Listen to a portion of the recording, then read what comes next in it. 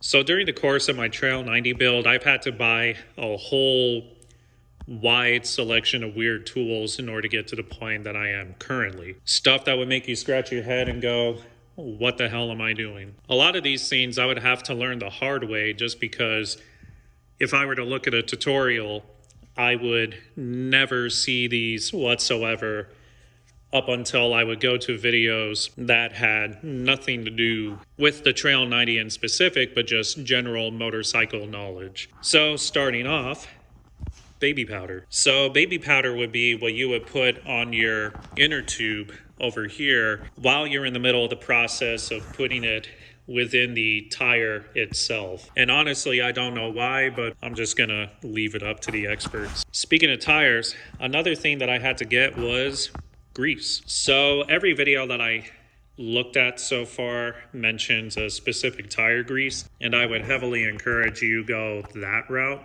But when I went to AutoZone and I described the problem that I had, the guy led me to this lithium grease. And so what I had to do was smear it around the tires in order for it to slide easily on, and frankly it worked. Next to it we have bearing grease, and so as somebody who had a action sports background, normally we would use lube kind of like this, which is the 3-in-1 purpose oil, but apparently for motorcycles you need something a lot thicker in order to get the job done. But I'm putting all my bets on having this be reliable, considering when I took apart the big sprocket back here, there was this tan petroleum jelly-like substance that I later found out was this, and you can just go to any AutoZone and grab that to smear on the bearings, and then after that, you're good to go. Continuing with tires, tire spoons. Because putting tires on these is an SOB, a job that originally took me about 45 minutes to get halfway through, took about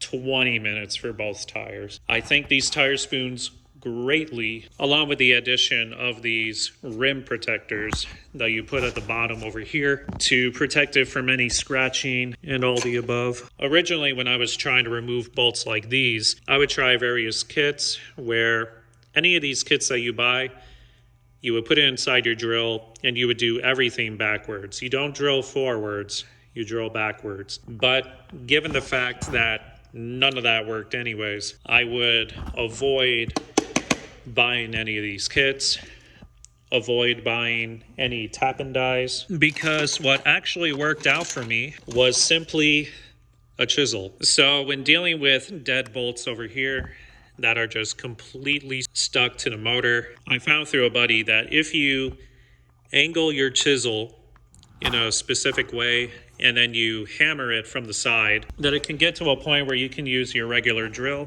get that puppy out, save yourself a whole lot of money.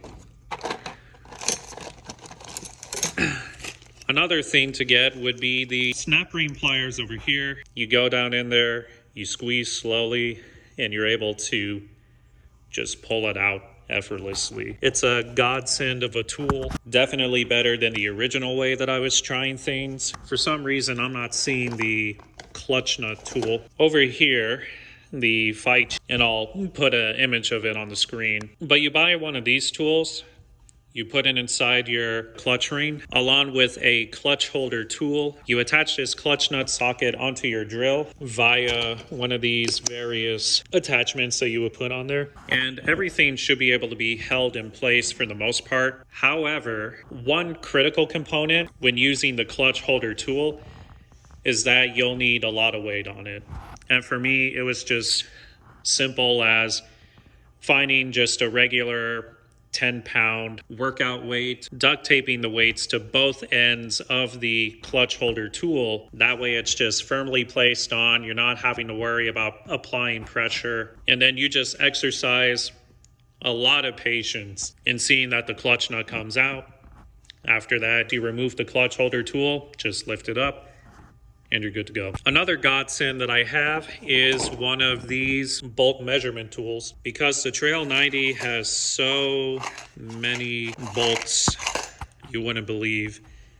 And having one of these has been a lifesaver in figuring out what I need to get over at the Ace Hardware. That way I can just walk in, be a man on a mission, and get everything I need totally seamlessly. For rusted bolts, we had a digital ultrasonic cleaner. This device actually practices what it preaches, and it's a pretty efficient system. And rather than using a degreaser, every mechanic who I asked, it all just boils down to putting soap and water in here. You want to make sure it's hot water, set it for 20 minutes, and then essentially all your tools will come out pretty nice and clean, aside from oxidation. While I'm at it, this is the weight that I would duct tape and whatnot. Like, all of these are just assembled by being screw-ons. Carb cleaner, self-explanatory. Chain lube, self-explanatory. Starting fluid, self-explanatory. Motorcycle oil, self-explanatory. Handheld tire pump, self-explanatory.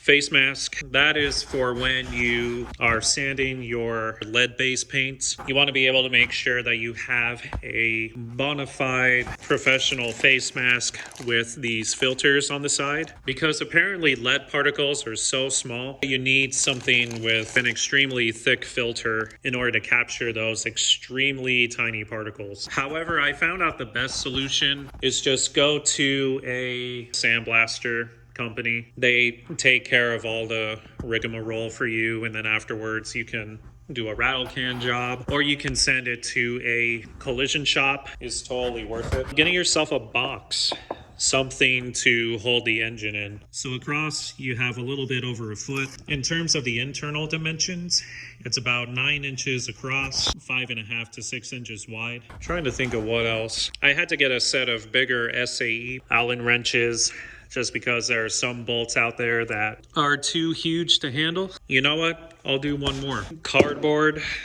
duct tape, and freezer bags are your friend. All of these weird tools combined are integral parts of the Trail 90 experience. I haven't given up yet, even though there are days that I wish, but we're in it to win it. So thank you guys. I'll see you in the next one.